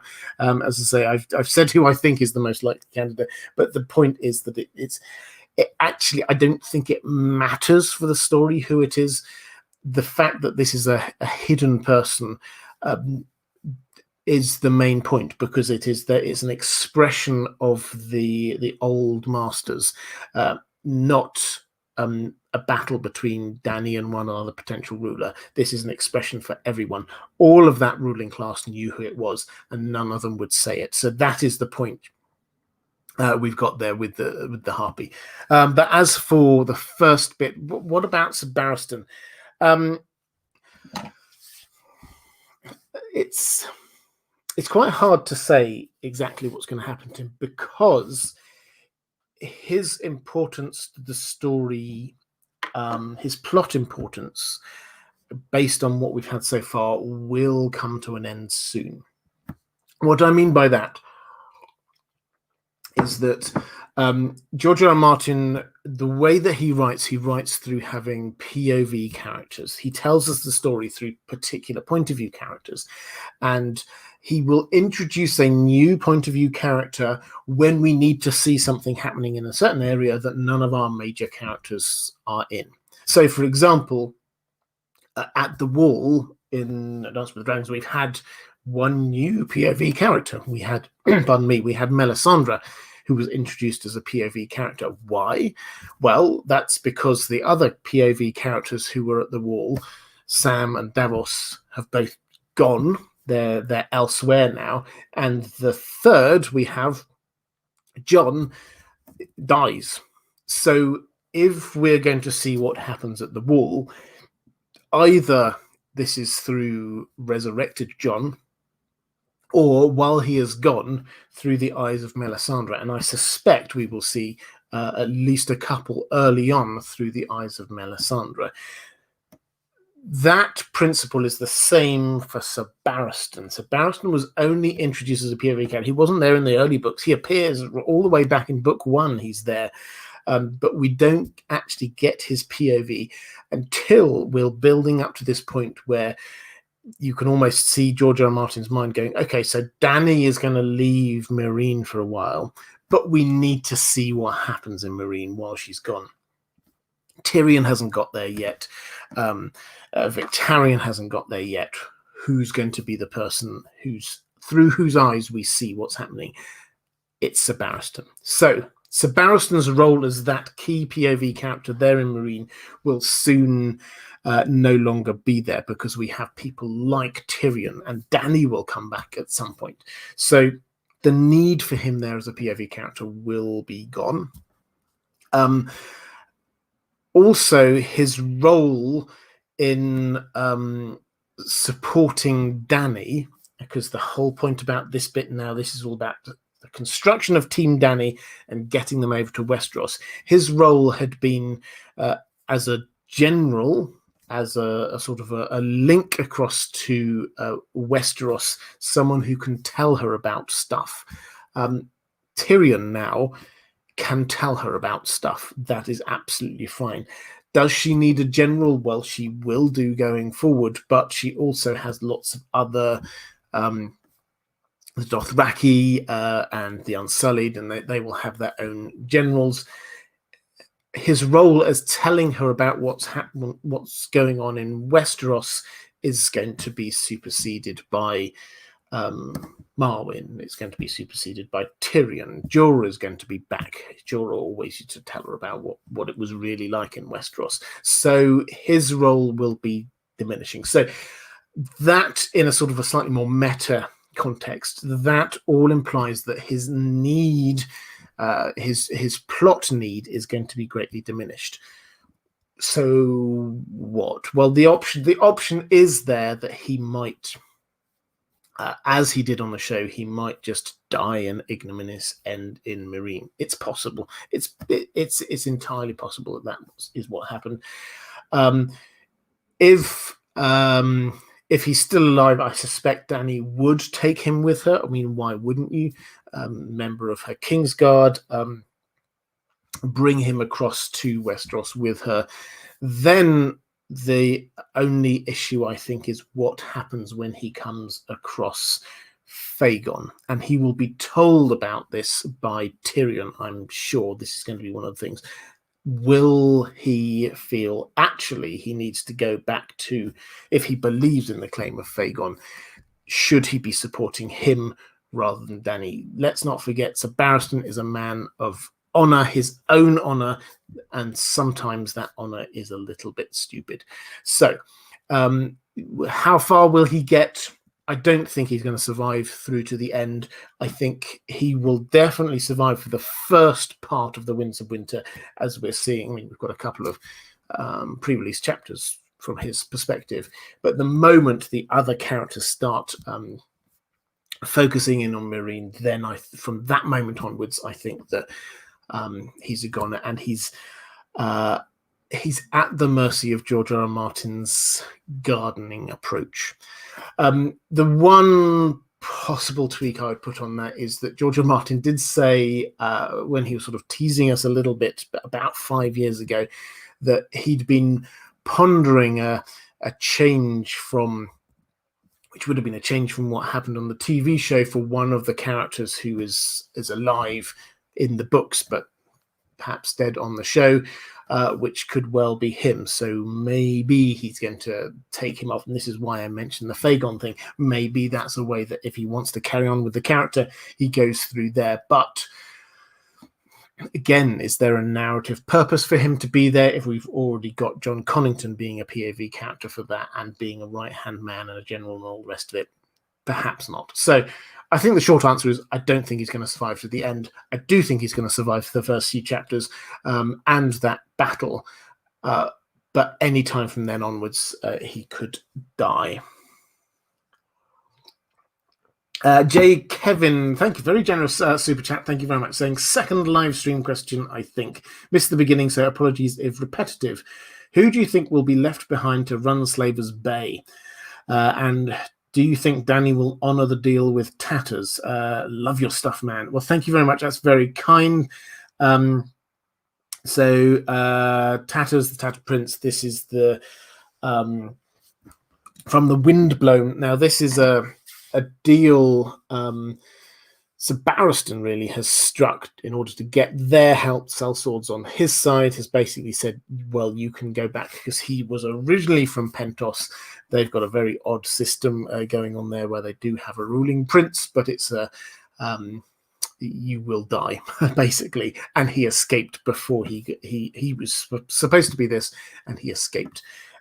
Founded the sellswords company and is now a lot older. But the deal he has struck is that he is going to be able to go back to Pentos and rule it. Now, is Dany going to honour that? I think so. What I've said a few times before, it makes sense to me in terms of how she might move all of her troops across from Essos over to Westeros, that she doesn't bring the Dothraki all the way hundreds of miles to the south, put them on boats for several months as they're working their way all the way across to Westeros. The Dothraki do not like boats. Instead, it makes sense to me that she says, you know what, guys, you head west. You go to the point easiest, quickest to get across the narrow sea, which is Pentos. And this will bring these things back around in a full circle to where we first saw the Dothraki in Pentos. So I think they will head off there, and I think she may well say, okay, the Dothraki are going to go, they're going to kick out whoever's there, and the Tattered Prince can rule after that. Dothraki are going to get in boats across the shortest possible way across the narrow sea. Once they're gone, the Tattered Prince can rule. That makes absolute sense to me. So yes, why wouldn't she honour that? And the other question about who will be left behind to run Slaver's Bay, I've got actually the perfect timing, because I've got a couple of other questions from my patrons asking the same thing, saying from Whitney, saying, when Dany finally leaves Meereen, how will she ensure that the slaver cities won't revert back to how they were before she conquered them and abolished slavery? And Sir Bobbert Ross saying, who, if anyone, will Dany leave to rule in the slaver cities? Who will actually rule there by the story's end? So this sort of harks back to one of the things we were talking about a little bit earlier in terms of what Dany wants to leave in place, because she's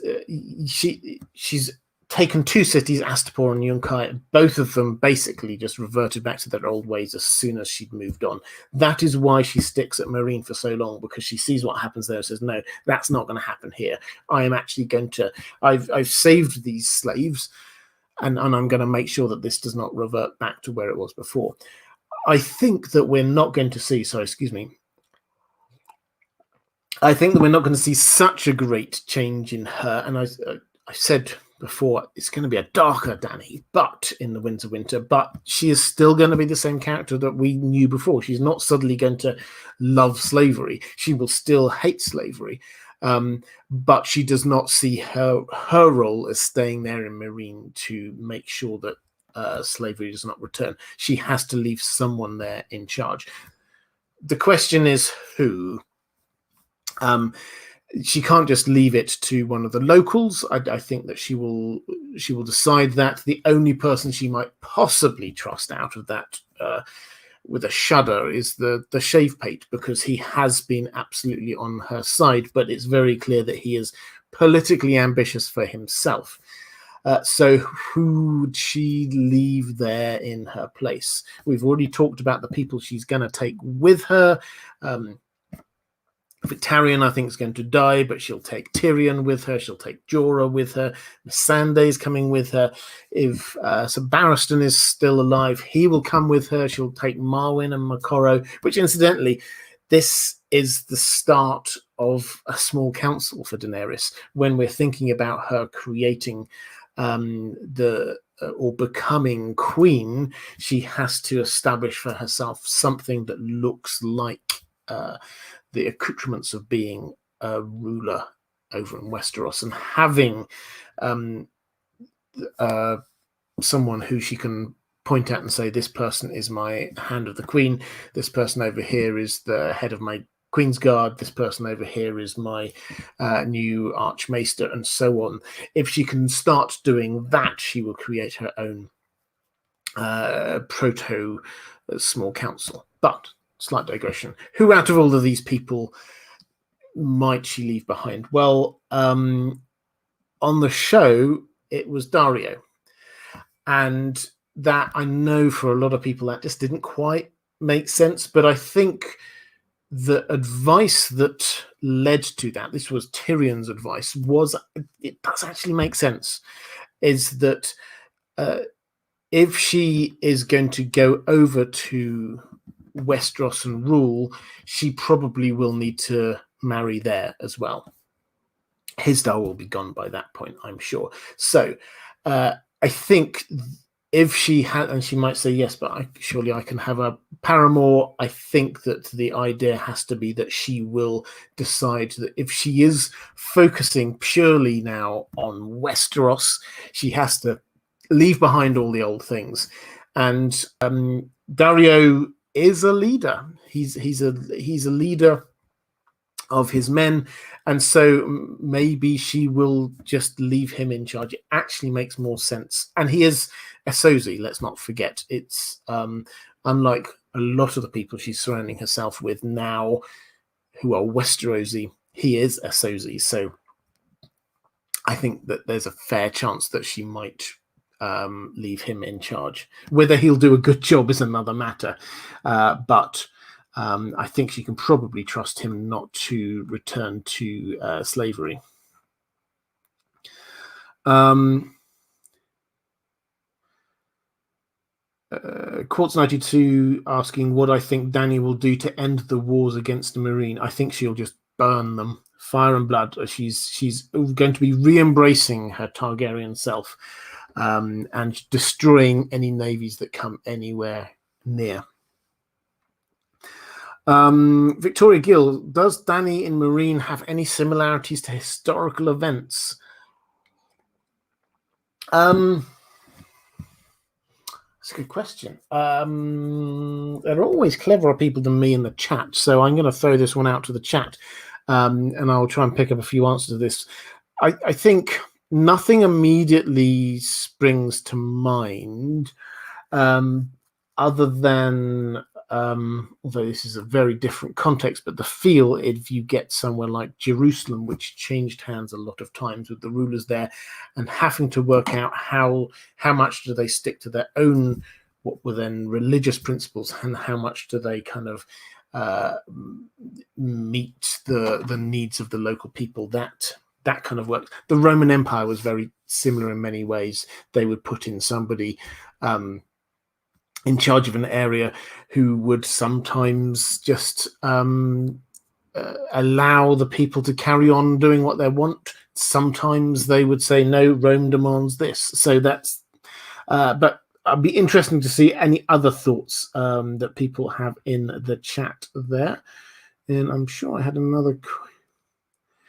Cameron J. Wallace saying, if Dany recreates a small council, isn't she continuing a cycle? If she wanted to make changes, can't she recreate the rules? Yes, she absolutely can. And yes, she would be recreating the cycle. So this is one of the things that I think they showed quite well on the show, this idea of breaking the wheel. And the way that she was saying it to start with made you think, I'm going to change how, yes, you've had the wheel, and sometimes this one family be at the top and sometimes another family be at the top and all the rest of it. And she says, I'm going to break that wheel. And that sounds fantastic. Let's end all of this fighting. But actually what she was saying was, I want the wheel to stop with my family at the top. She wasn't actually about breaking the wheel, despite all her rhetoric. Her idea was to have eternal Targaryen rule, or her being in charge without anyone being able to challenge her. That was, or even from early on, that's what she was wanting.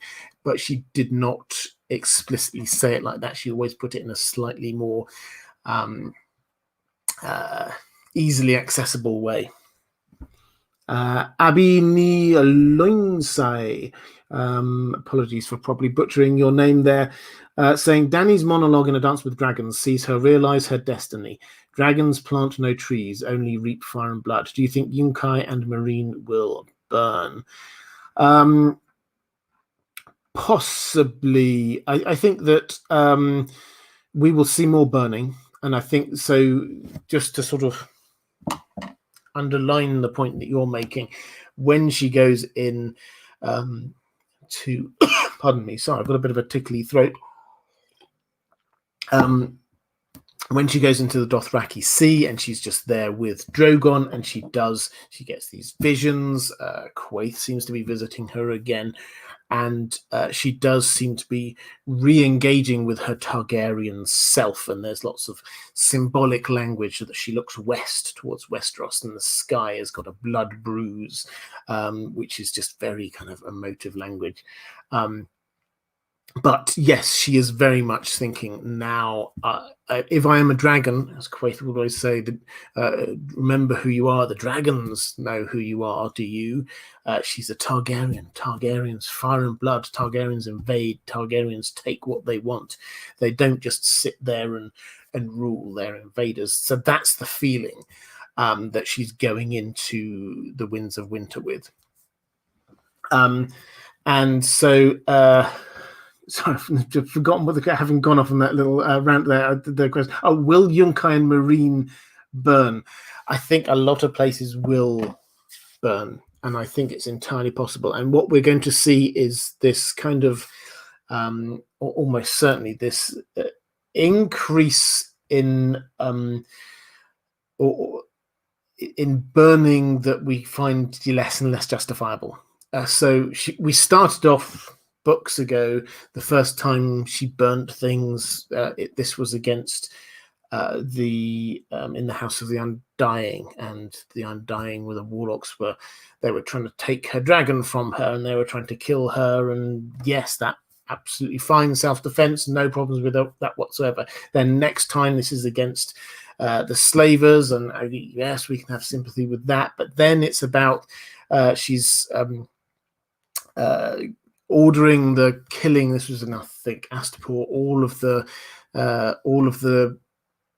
lords above the age of 13 or over. So what, 13-year-old children, okay, maybe slightly less sure about that, but understand that these were slaver families. Then each time we move along one, and we're slightly more, is that justifiable? So that seems to be where we're going with this. So we get Yunkai and Astapor very well. She certainly on the show, she was saying she was wanting to. Tyrion persuaded her not to. It will certainly be in her mind to.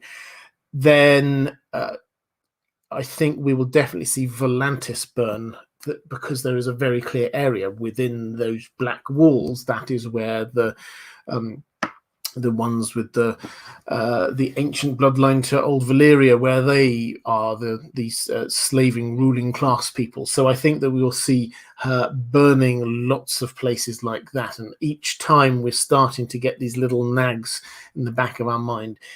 Is all of that justifiable? Yes, there were slavers there, but burning, probably there were some slaves themselves burned in the crossfire. That kind of thing.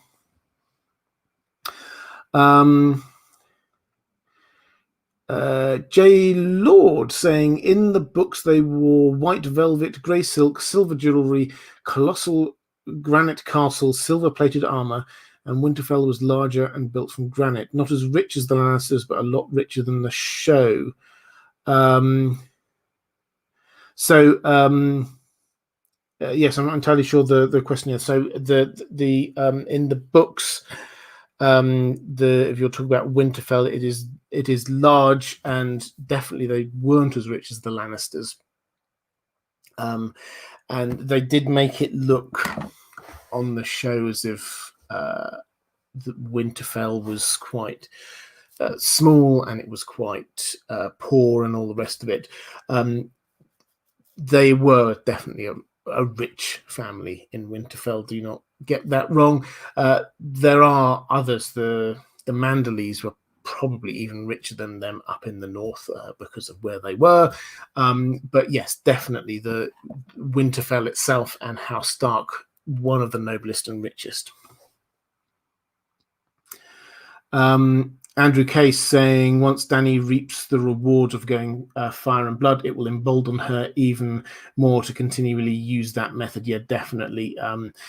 Once she sees that this works, which it will against the Dothraki, then she will use it again and again.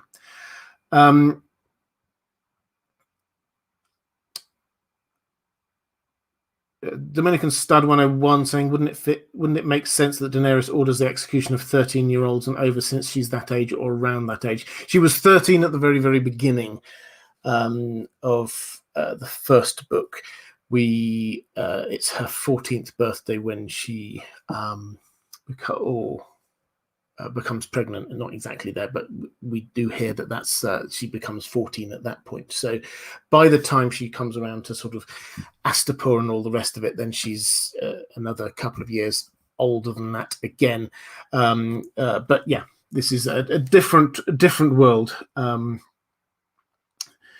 And I think I saw, well, one thing, Mod Love, I saw somebody say, yeah, absolutely. If you're watching this live, then the moderators in the chat are wonderful. And if you could give a little bit of love to the moderators, that would be hugely appreciated.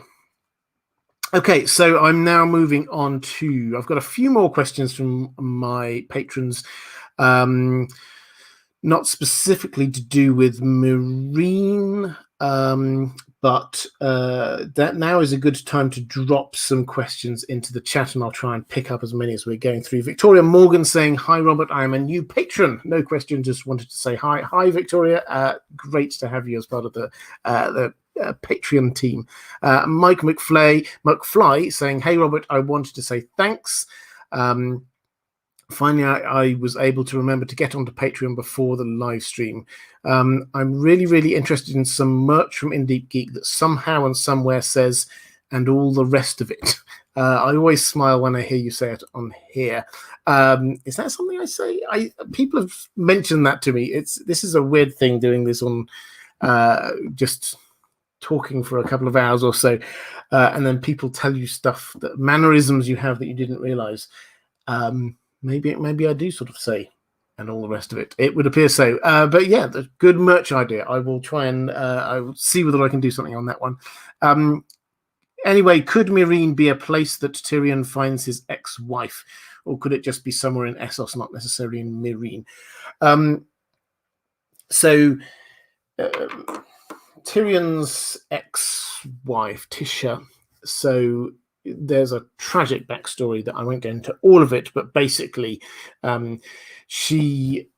Tywin discovered that Tyrion had married someone that he did not want, a lowborn person he did not want him to marry, and basically he handed her over to his soldiers to be repeatedly raped. And she left with a handful of, I think it was silver coins, and heads off. And Tyrion never discovers where she went. Now, this kind of just sticks up there in his brain, understandably. And when he faces his father, when he's killing Tywin, and this is actually the subject of what they're talking about, and actually it's Tywin's response to this is the thing that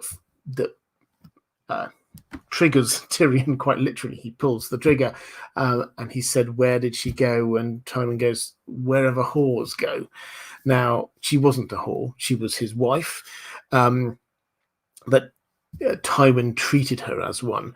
And so this, then, we get 4 or 5 times over the course of the next couple of books, we get Tyrion thinking that thought, where do whores go? And it's the main thing there is then running through this memory and the link back to killing his father and all the rest of it. But it does seem to be hinting towards the fact that either he will meet her again, find out where she is. It's a rhetorical question by Tywin. It's not. He's not actually trying to give him some clue. He doesn't know where she went either. Where might she be? Well, the hint. Well, I mean, all we know is that she went off with a reasonable amount of money and definitely, desperately wanted to get as far away from Lannisport as possible. Where do you go? Perhaps you go over to the Free Cities, go to an entirely different continent where nobody knows you, and you start again. So it's, if she's anywhere that Tyrion will find, probably one of the Free Cities, maybe Lys. They're famed for their whores there, so maybe that is actually where she ended up, and that there's some kind of bitter irony in the fact that she wasn't a sex worker, but Tywin made her one through his great cruelty, and when Tyrion finds her, that's who she is. So that's entirely possible. Or there's another possibility that she's up in Bravos, but that's an entirely random digression. So is she going to be in Meereen? No, I don't think so. I think she will have stayed somewhere in the Western Free Cities. Why would you go all the way over to Meereen? Will Tyrion meet her? I think the hints are that perhaps either he will, or he will. Someone will tell him what happened, who has met him, and all the rest of it. So that's, hopefully that answers that one for you. J Lord saying that was muddled. I was saying in Dress and Residence, a little distinguished from the Starks from the Lannisters in the books. Yeah, okay, yeah, I understand what you're saying. Yeah, so the Lannisters were definitely richer. The difference was the climate and the culture of what they are. They're both, so Casterly Rock is just above a city, a big port city. It is a very rich part of the world. That is a very different feel to what Winterfell is, which is a castle that when winter comes, lots of people come there for shelter. Winter is not such a big issue. Therefore, the Lannisters, they are hiding in their rock, and whereas for Winterfell, they are opening up the winter town to anyone who wants to come and share the warmth that's there. So I think that's the sort of the big difference. In terms of the dress, and residents. Yeah, I think the only thing in terms of the dress, obviously, if you're living further north where it's colder, then you wear thicker clothing. And Ned comments a few times when he's down in King's Landing about how he doesn't particularly like the warmer weather.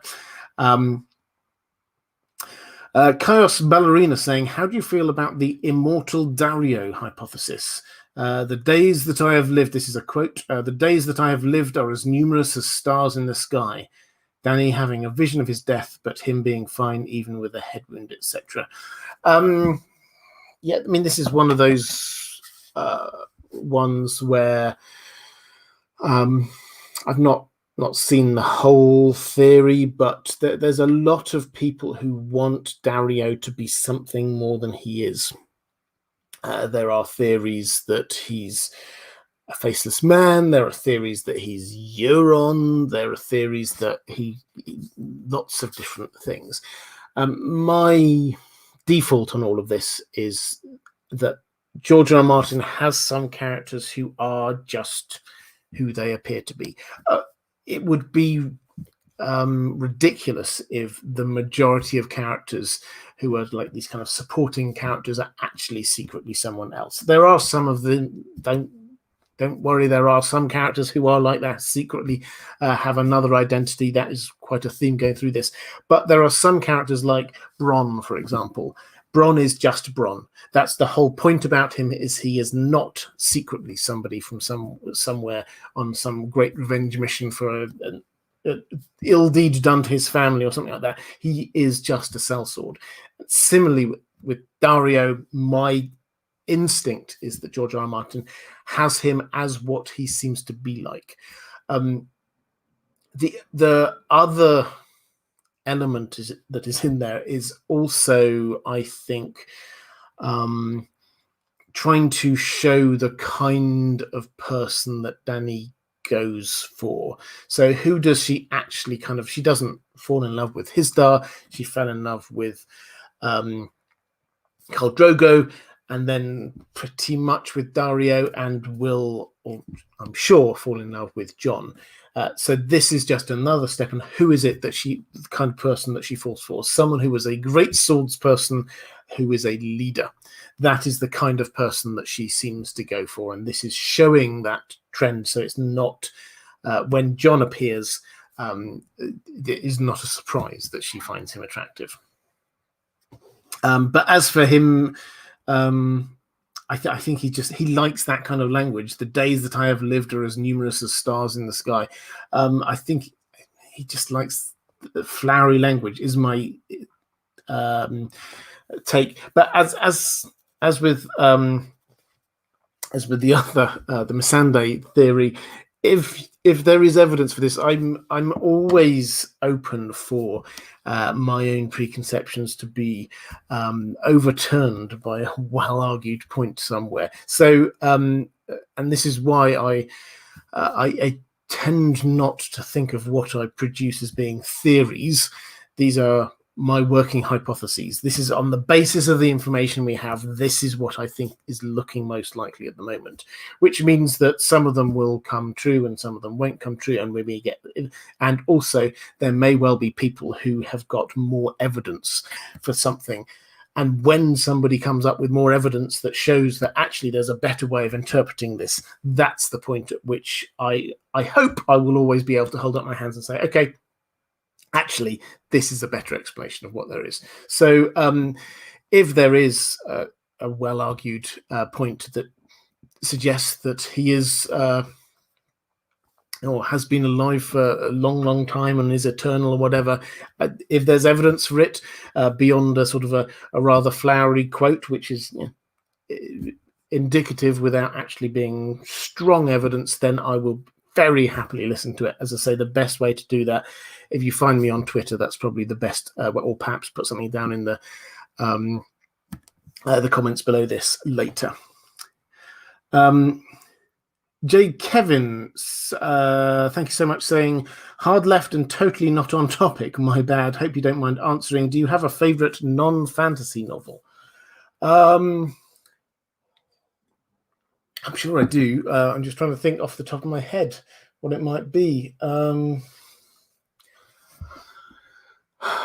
mean, I did. Yes, I do. I will throw a few things out there. I love all of the works of Arthur Conan Doyle, the Sherlock Holmes stuff. I grew up with that. That's all. That always I will come back to that as a place in my heart. There are other stories that, if you're talking non-fantasy, if you're going to sci-fi, something like Dune, I think is amazing.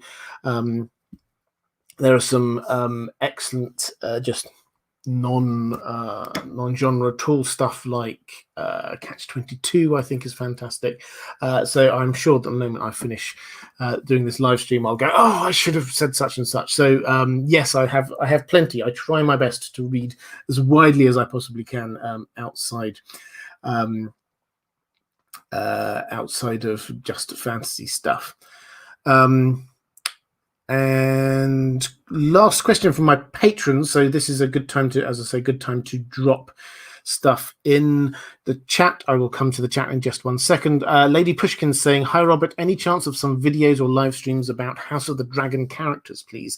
Yes. So I think that what I'm going to be doing in terms of my Song of Ice and Fire videos, I've been doing a series on the Dance of the Dragons. I will carry on doing that, but I might intersperse that with a few character studies. So maybe Daemon Targaryen to start with and a few others. So we get to know the characters before the TV show happens. So yes, that's definitely part of my plan. And I've also got half a mind to do a few character journeys just in the build up to whenever the Winds of Winter happens, just so that we can all be on the same page when the book comes out and remember, okay, so where was Tyrion again? What's happening with him? What might happen with him coming up in the Winds of Winter? What about Sansa? That kind of thing. So just following the character journeys through to try and work out where does their arc go next. Okay, let's quickly drip into the chat.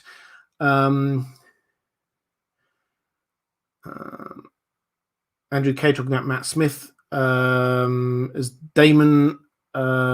Yes, so you saying when you saw Matt Smith, you see Laenor Velaryon, but open mind to seeing Daemon. I think he'll be excellent as Daemon. It's just my personal take. Ellen saying off topic, I did suggest that Robert's house words should be perhaps.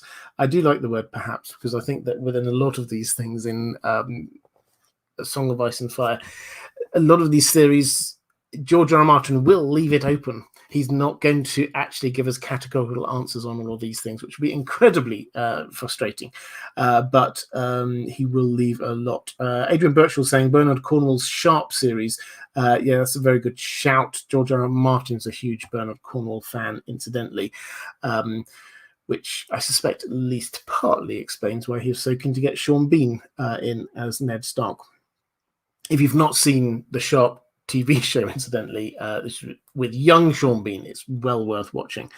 Reflective Rambling, thank you so much for picking up. You do this all the time. Thank you for Mattia Dominique saying the Winds of Winter brings lots of characters together in Meereen with pretty interesting relationships. Victarion, Tyrion, Marwyn.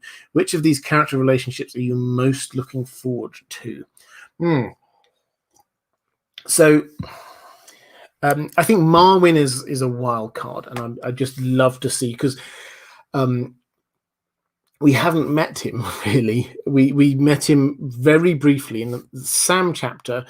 Sam arrives at Old Town. He gets ushered up to see Marwyn. Marwyn asks him a few questions, says some enigmatic stuff, then picks up his bag and leaves, and that's it. So we do not know, other than Marwyn is clearly very clever, very driven, and quite magical. We don't know huge amounts about him, so I want to discover him as a character. In terms of the interreactions between different characters, I would love to see Tyrion and Barristan, because they will know each other. So it's actually like, whoa, what are you doing here kind of thing. That I think will work really well. And then the other thing is that when Dany comes back, and sees this array of people in front of her, how she deals with them all. So the Dany Jorah thing is going to be fascinating. Is she going to be able to just forgive him? Is she going to be able to move on? It's not going to be straightforward. On the TV show, it did seem very straightforward. He comes back, she goes, okay, fine, you're okay again now. It's not going to be that straightforward in the books, I'm sure. Their relationship is very complicated. So there's a lot of these interrelations that I am very, very keen to see, but it's a lot of it we will start seeing from Tyrion's perspective. This is one of the things that becomes ever more apparent the more you read through the story. Tyrion, I wouldn't go as far as to say he's the main character, because that's not how this story works, but he is the link-in character. He is the character who links everything together.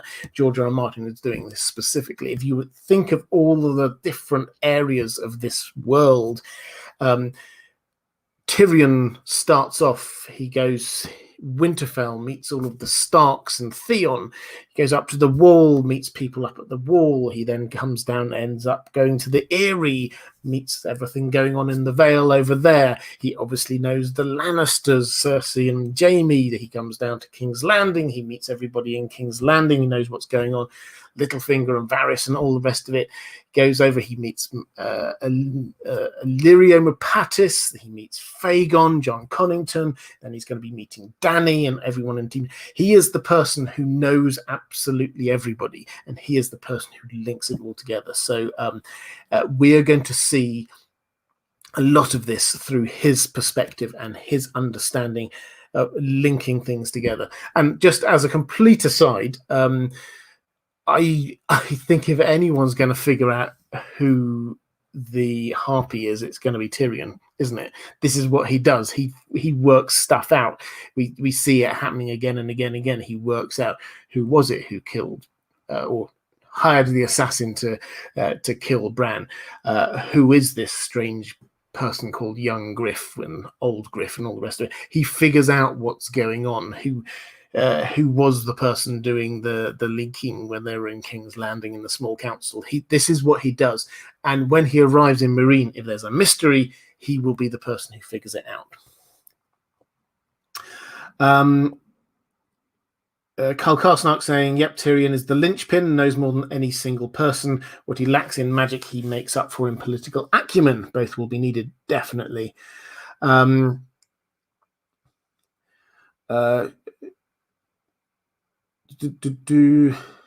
Hagar saying, who has a better story than Bran the Broken? Let's not go into that this time. Alex B saying, I know you've not been doing collabs recently, but any chance of having James Hancock on again at one point and going over all the fantasy and sci-fi projects in the works? That's quite, yeah. So for those who don't know, James Hancock, he's got a fantastic channel. I had him on ages ago, and we just went through everything that was sort of in the works. Whereas I cover 2 or 3 things in a lot of depth, he covers a huge range of things. And he looks a bit like Lex Luthor. Don't say it to him. Yes, he's okay. He knows about this anyway. But he's a really good guy. So yeah, maybe I will have him back on. Thank you for reminding me. Berus Aurelius saying Jorah is way more messed up physically and emotionally in the books. Yes, he definitely is. Kalnitsky saying Dune is the only book comparable to A Song of Ice and Fire. I mean, I would throw The Lord of the Rings in there myself. Ville's saying, I love your voice. Thank you very much. And I've got Alex Cotton with a super sticker saying victory. Thank you so much. I really appreciate that. That's very kind. Shauna Bass talking about Sam being the positive side of George R. R. Martin and Tyrion being the more cynical part. Yeah, these are the 2 characters that he's talked about as being sort of a bit like him in the story, it has to be said. Berus Aurelius saying, are you doing Valar Rereadus coming up soon? Yes, so Valar Rereadus, for those who do not know, this is on History of Westeros, highly respected podcast and channel. Aziz has been on here several times. They are going through I think chapter by chapter, all the way through A Song of Ice and Fire, and are now doing the pre-release chapters from the Winds of Winter. I think, at the end of next month. I will have to check my diary, as he's booked me up a long time ago. I'm trying my best at the moment. Trying my best. Time constraints mean that I haven't been able to go onto many other people's channels and all the rest of it, but happy to make an exception there, particularly as I get to talk about the Forsaken, which is the most exciting, I think, of the pre-release chapters. Lots to talk about. So yeah, keep an eye out for that in a month or so's time.